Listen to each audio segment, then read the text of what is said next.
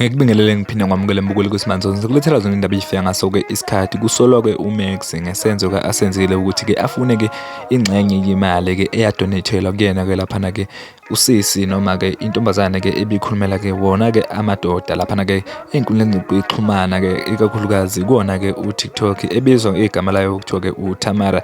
Le mali-ke yahlanganiswa izona-ke iy'nsizwa-ke laphana-ke ziyipha yona-ke le ntombazane-ke ekuthiwa-ke ikhulumela wona-ke amadoda-ke encoma ngempela ukuthi cha yaze yabakhulumela-ke iyona ntombazane-ke ekwazi-ke ukukhulumela-ke wona-ke amadoda. Mbukeli kuthini-ke okwakho uPaula mangabe-ke noMax-ke esefuna ingxenye yayo-ke le mali? Awuye laphana-ke ezizwe comment section sizwe uvo lakho mbukeli, siyabonga.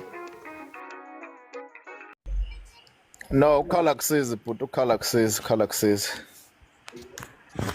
Lapha abantu imali asethi nifuna ukubaphuca ngo-last minute kanti nanithunywe umuntu nithi bapheni imali. Akekho umuntu owathi ufuna ukuphuca kobuye kade thube kumbono la eshaya ucingo ngakwala lokho ukuthi no, it is wrong. Kodwa yonke lento nje uMax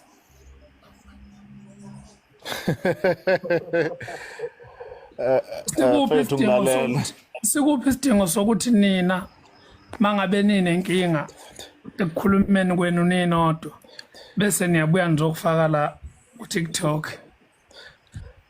Benithi ama-result alokho yimaphi? Hayi abafundisekile abaqeqeshekile induku ilungisa izinto enje. Hayi bafethu, msana ukufuna lokhu kuba khona abantu ekufuna baphenike manje kuthiwe sekunenkinga, inkinga ebikhozwa yinina ngamabomu. Okunye nje mina sengijabulela ukuthi sesiyabuka ukuthi kahle kahle kushutha abantu basuke bevandalize amagama abanye abantu noma bethuka abanye abantu ngoba besuke bazibona ukuthi khona bazokugeyina, ngoba ukuba kukho yonke lento abantu badefend ukuthi baxove imiphefumulo yabanye abantu, sebefuna-ke manje ukwenza income ngenkani. Mabe ngasakwazi ukwenza income sekufuna manje balobhisheke bese bethi sebeyadestroy omunye umuntu. Kodwa badestroy umuntu sekufuna ubani manje oselimala ngoba phela abantu yonke lento eyenzakalayo ilento abantu ekade beyenza beyibhekisa kwabanye abantu, namhlanje sibheke kubona sekufuna kuphenike abantu. Bafethu msana ukudlala ngemizwa yabantu, msana nje ukudlala ngemizwa yabantu. Singadefenda singenzani senzeni, uyabona miyeza njengoba benikhuluma nale ngane makukhona la beninganelisani khona nale ngane bekufuna niyeke ngoba bekufuna nibone lapho ukuthi sekuvuka ukuthi ingane, ma ukuthi ayiyona ingane sekuvuka ukuthi umuntu onjani, bekufuna niphume nje kuyona ngoba nina mabe ninga-investile kulento. Kodwa manje niyibuyisela lapha abantu ababeyikhuluma khona ekutheni kushuthi lento iyinto yosibanibani nosibanibani. Yayihleli ngamfe kwakuthiwa ibhade lamiyeza.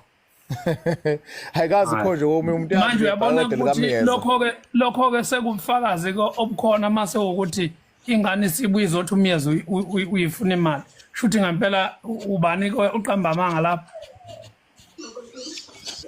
Umuntu nje obuye nenkulumo yenu la enihlulana khona nale ngane wayiletha la ku-TikTok uyena umnikazi wa yonke le nkinga manje esikhona.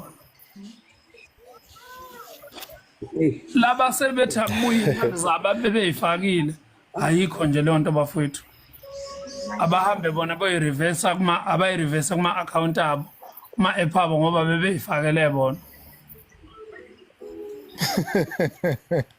Makuwukuthi abantu bebedlala ibhanoyi abavuma abantu ukuthi lindizile, liyandiza vele ibhanoyi. Ubuyele emuva kusekho manje.